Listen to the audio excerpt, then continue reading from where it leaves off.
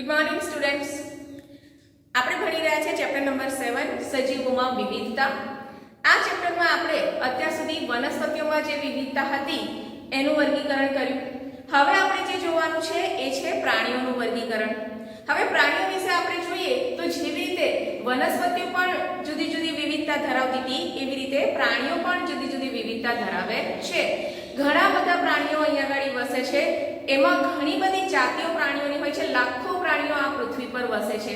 હવે એ લાખો પ્રાણીઓ જે છે એ એકબીજાને મળતા આવતા તો નથી. દરેક જે છે એકબીજાથી જુદા પડે છે અને એવી રીતે એને જુદા જુદા જૂથમાં મૂકવામાં આવે છે.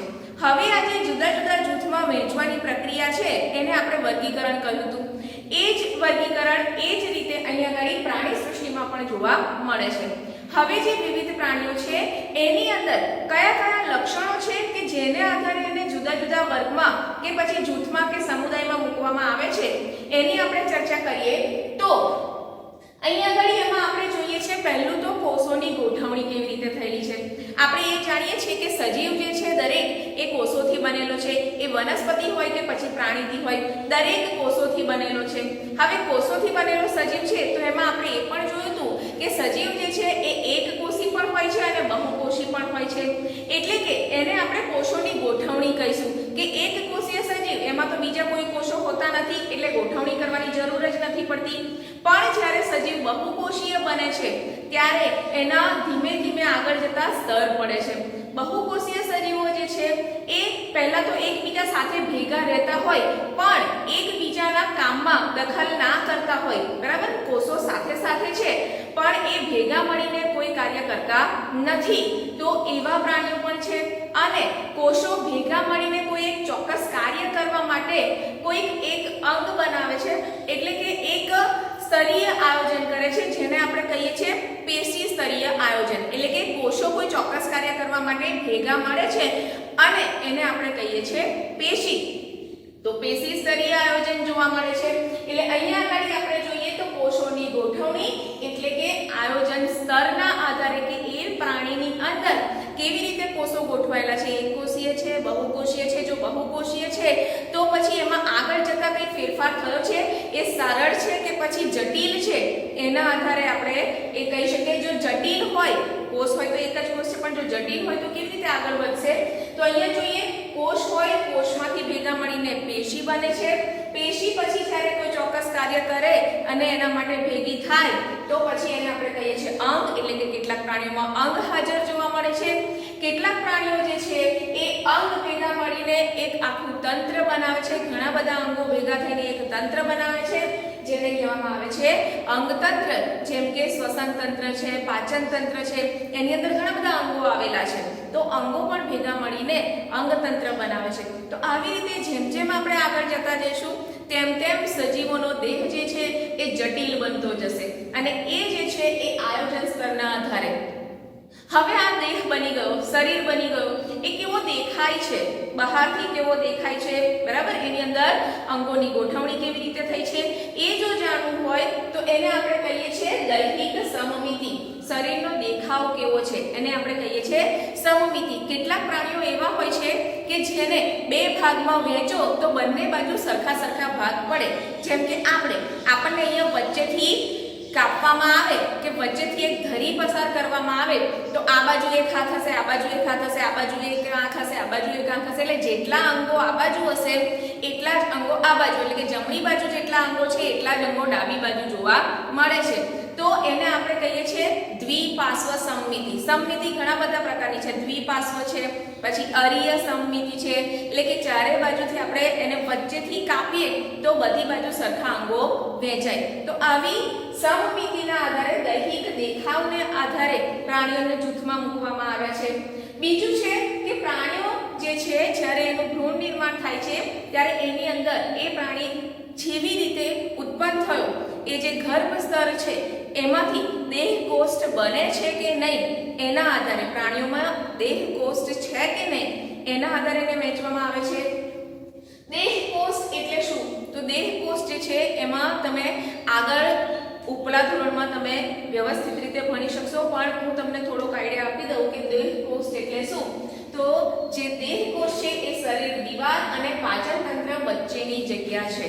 આપણી જે આ ઉપર દેખાય છે દિવાલ એ આપણા શરીરની દિવાલ છે અને વચ્ચે છે મધ્યમાં છે પાચન તંત્ર. હવે આ પાચન તંત્ર અને શરીરની દિવાલ ની વચ્ચે ખાલી જગ્યા જે રહી એને કહેવામાં આવે છે દેહ કોષ્ઠ. દેહ કોષ્ઠ કેવો છે એના આધારે એ જે દેહ કોષ્ઠ છે એ સ્તરના આધારે છે જે આપણે આગળ ભણવાનું છે. બરાબર, આવી રીતે ગર્ભ સ્તર આવેલા હોય છે. બરાબર, આમાં જે ગર્ભ સ્તર છે એ ગર્ભ સ્તરમાં આ પહેલું સ્તર એવું આપણે કહી શકીએ, એટલે કે છેક અંદર છે એને આપણે કહીએ છીએ અંતઃ સ્તર. બરાબર, આ છે અંતઃ સ્તર. પછી છેક ઉપર તમે જોશો તો આ બહાર નીકળી ગયું સ્તર. બરાબર, એટલે એને આપણે શું કહીશું? બાહ્ય સ્તર.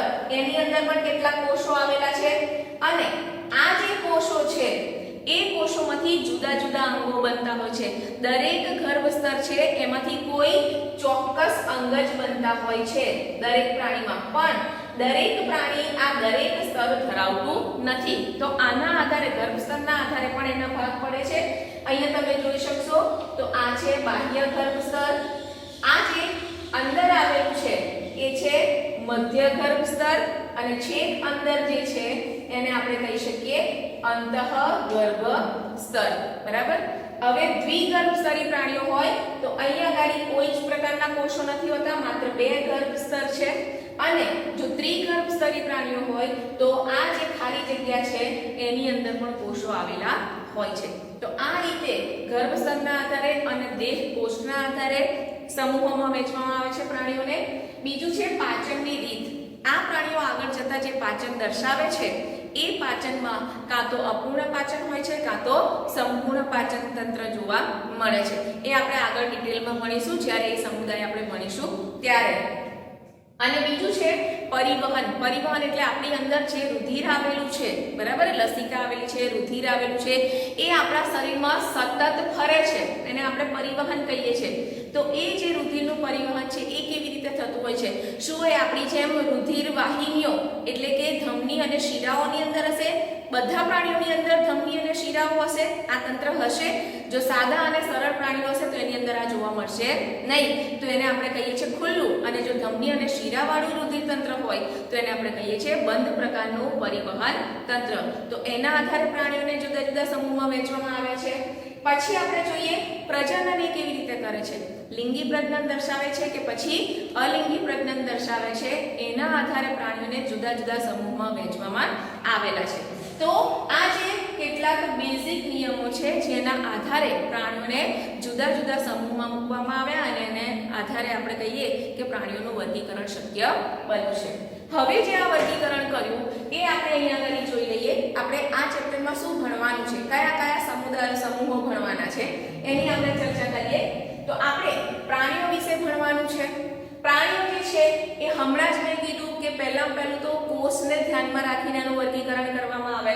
તો કોષ સ્તરીય આયોજન ધરાવે એટલે કે માત્ર કોષ જ હોય, હજુ સુધી એ ભેગા મળીને ચોક્કસ કાર્ય કરતા નથી, એટલે પેશી છે નહીં. તો પહેલો સમુદાય જે આપણો છે છિદ્રકાય, સછિદ્ર એવું પણ આપણે એને કહીએ છીએ, પોરીફેરા. એ છે કોષ સ્તરીય આયોજન ધરાવતું. હવે આગળ જઈએ તો જેમ જેમ મેં કીધું હતું હમણાં કે આગળ જઈશું તેમ તેમ સજીવો જે છે એની દેહ રચના જટિલ થતી જશે. હવે માત્ર કોષના બદલે આવે છે પેશી સ્તરીય આયોજન, એટલે કે હવે પેશીઓ બની ગઈ છે. તો પેશી ધરાવતા સમુદાયો સમૂહો કયા છે એની વાત કરીએ. અહીંયા તમને ત્રણ વસ્તુ દેખાય છે. એક છે કોષ્ઠાંત્રી, પૃથુકૃમિ, સૂત્રકૃમિ. બરાબર, તો કોષ્ઠાંત્રી એટલે શું? હમણાં જ મેં કીધું કોષ્ઠાંત્ર જેની અંદર જોવા મળતું હોય, કોષ્ઠ જેની અંદર જોવા મળતું હોય પોલાણ, તેને આપણે કહીએ છીએ કોષ્ઠાંત્રી. તો એક આ સમુદાય છે છિદ્રકાય. પછી કોષ્ઠાંત્રી પેશી સ્તરીય આયોજન ધરાવે છે. પૃથુકૃમિ એ પણ પેશી સ્તરીય આયોજન ધરાવે છે, એટલે કે પ્લેટીહેલ્મિન્થીસ. કૂટ દેહ કોષ્ઠી. હવે આમાં તો કોષ્ઠ છે પણ અમુક પ્રાણીઓ એવા છે કે જેમાં સંપૂર્ણ કોષ્ઠ નથી, એમાં તૂટક દેહ કોષ્ઠ જોવા મળે છે, એને કહેવામાં આવે છે કૂટ દેહ કોષ્ઠી પ્રાણીઓ, જેમાં આવે છે સૂત્રકૃમિ એટલે કે નિમેટેડા. હવે આપણે આગળ જઈએ તો દેહ કોષ્ઠી જે પ્રાણીઓ છે જેમાં જેમાં કમ્પ્લીટ દેહકોષ્ઠ જોવા મળે છે અને હવે અંગ સ્તરીય આયોજન જોવા મળે છે. હવે એમાંથી અંગો બને છે.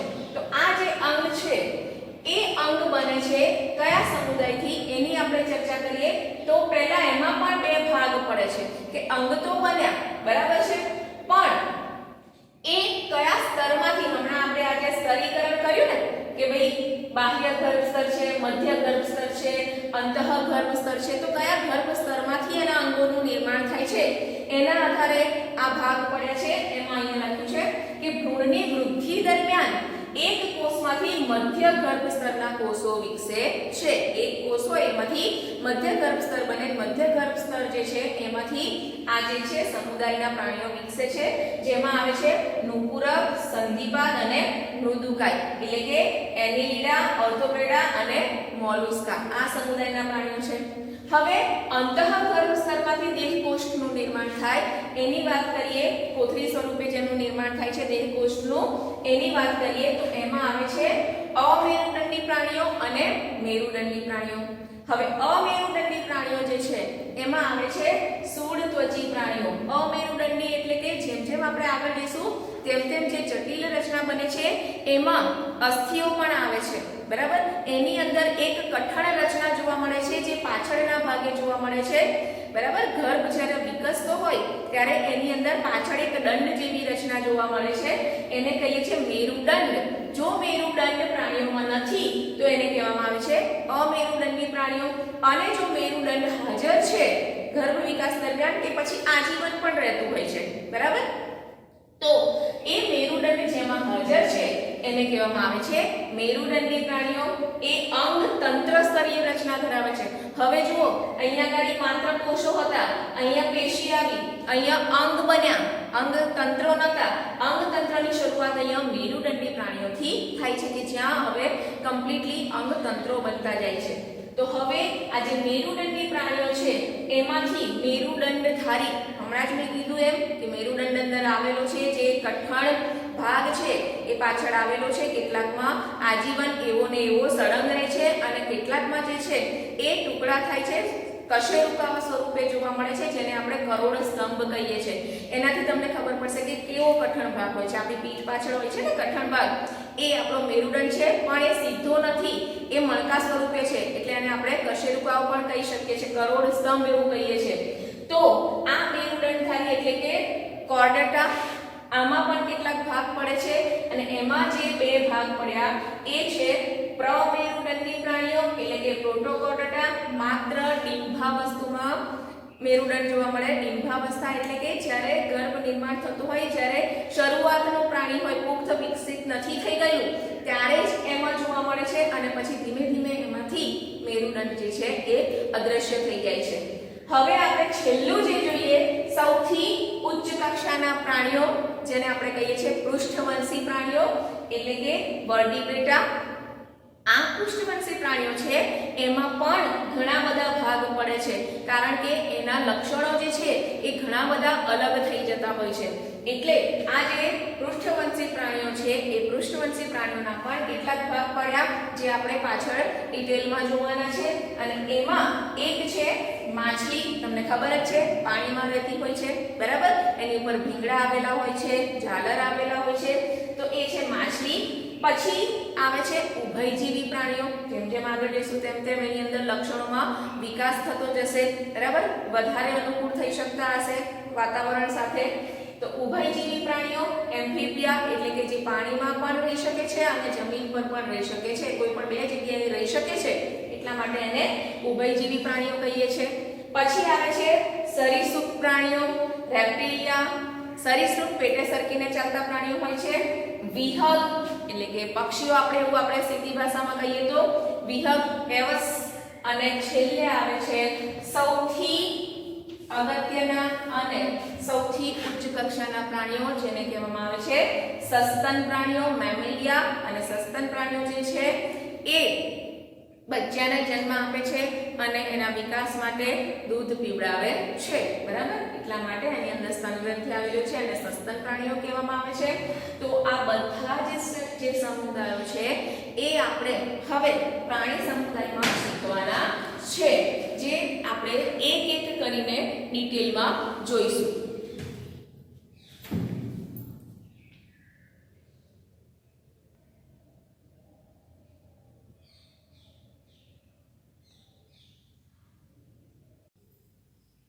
તો હવે આપણે જે જોવાનું છે એ છે વનસ્પતિ અને પ્રાણીઓના જે જૂથ છે એ.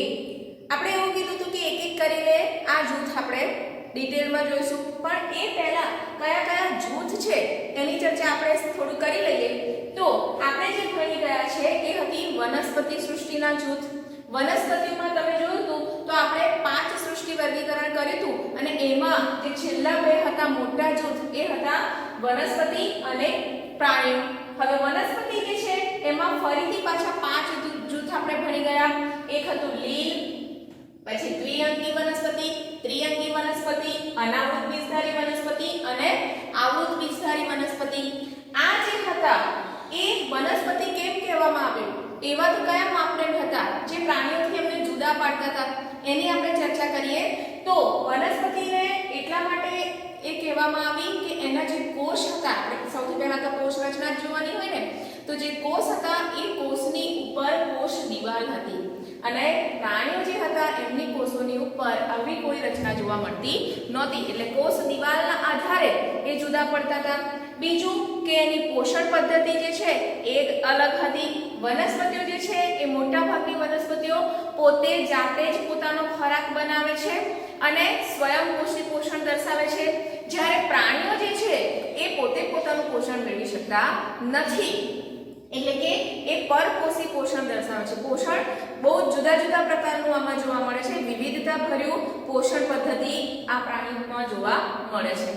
બીજું આપણે જોઈએ કે પ્રચલન એટલે કે હલનચલન. વનસ્પતિઓ કઈ ચાલી શકતી નથી, એક જગ્યાએથી બીજી જગ્યાએ જઈ શકતી નથી, એ એક જ જગ્યાએ હોય છે. એ હલનચલન કરી શકે છે પણ પ્રચલન કરી શકતી નથી. હવે હલનચલન એટલે શું તમને ખબર જ છે, હું અહીંયા ઊભી છું અને આ રીતે હલું તો એને કહેવાય હલનચલન. પણ હું અહીંયાથી મારું સ્થાનાંતરણ કરું, એક સ્થાનથી બીજા સ્થાન ઉપર જઉં તો એને કહેવાય પ્રચલન. વનસ્પતિઓ પ્રચલન નથી કરી શકતી, માત્ર હલનચલન કરી શકે છે. જ્યારે પ્રાણીઓ જે છે, મોટાભાગના પ્રાણીઓ જે છે એ પ્રચલન પણ કરી શકે છે અને હલનચલન પણ કરી શકે છે.